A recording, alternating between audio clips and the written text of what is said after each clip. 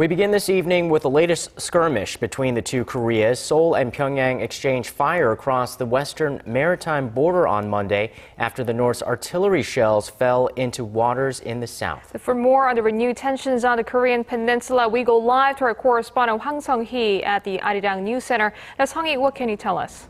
Ji-hye, the exchange of fire between the two Koreas came to an end at about 3:30 p.m. Korea time. It all began a little past noon on this Monday after North Korea began live fire drills in 7 West Sea border regions north of the northern limit line.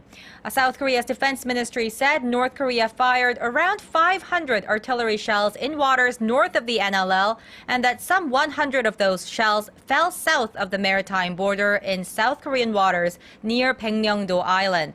In response, the South Korean military shot around 300 artillery shells back across the NLL using K9 self-propelled howitzers.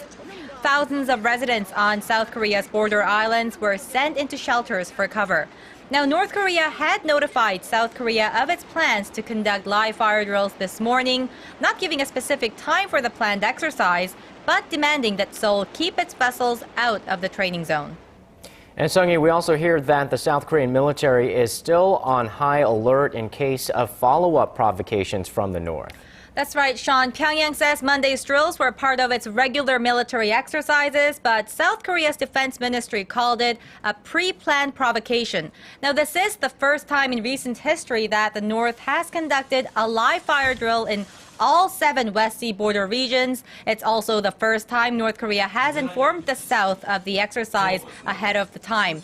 The ministry said the South Korean military will work closely with the United States and keep close watch for possible clashes. The South Korean military has activated crisis management operations and has deployed naval convoys near the NLL to cope with any contingencies.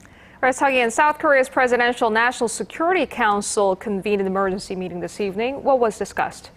The Standing Committee of South Korea's National Security Council was briefed on the situation by the Defense Ministry and discussed the North's motives behind its latest provocations.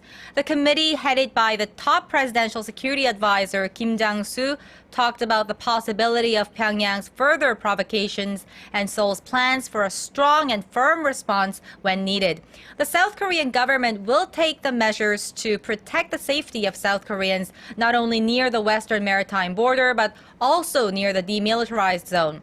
Guys, it is worth mentioning that this is not the first time the North has fired artillery shells in this direction. In 2010, North Korea launched artillery strikes on a South Korean border island, killing 4 people, guys.